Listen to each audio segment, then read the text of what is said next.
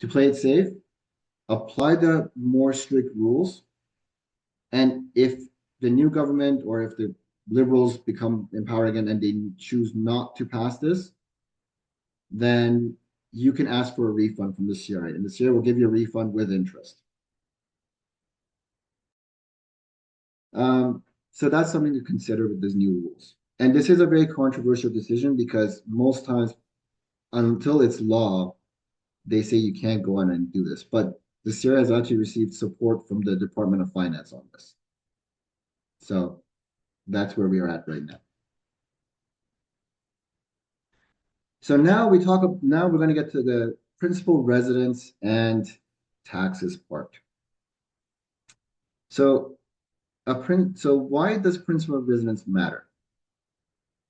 A principal residence is a home where you and your family regularly live. And this is a key part. The property can be anywhere in the world. It doesn't have to be just in Canada. And you can only designate one property per family or couple per tax year. So I don't think a lot of people know this, but the principal residence actually has a restriction on the land size that can be claimed as principal residence. And it's 1.24 acres. Now, if it doesn't mean that you can't have a property that's larger, but there has to be a justification, or you have to prove to the CRA that the larger land size is required for your personal use and enjoyment. So an example would be if you are in a rural property and the severance on those places is more than 1.24 acres, because it's regulated, then you're following the rules, and in which case it's fine. If like there is protected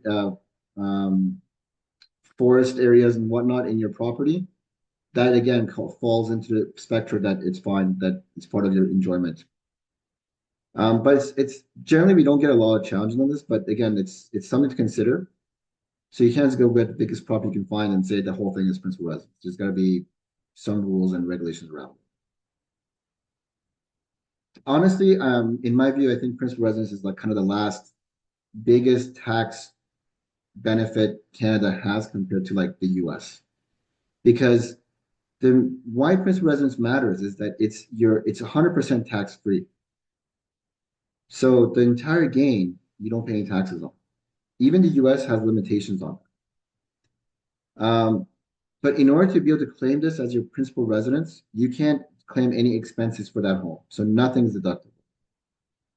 And if you have a loss on the sale of your principal residence, that is also not deductible. So you have a loss, then that's it. There's nothing to do about it. So now we're going to talk about a little bit about ancillary income in your principal residence. So you can rent out a portion of your principal residence and while maintaining your, we call it PRE for short, PRE status on the entire property. But there are certain conditions that apply to this.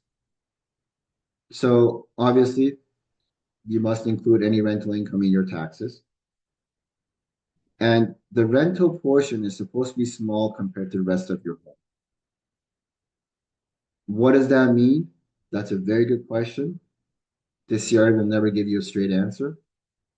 All they say is got to be small relative to it. And the reason why they don't give you like a number or something is because they don't want people to kind of come to that line and stay behind it. So they leave it open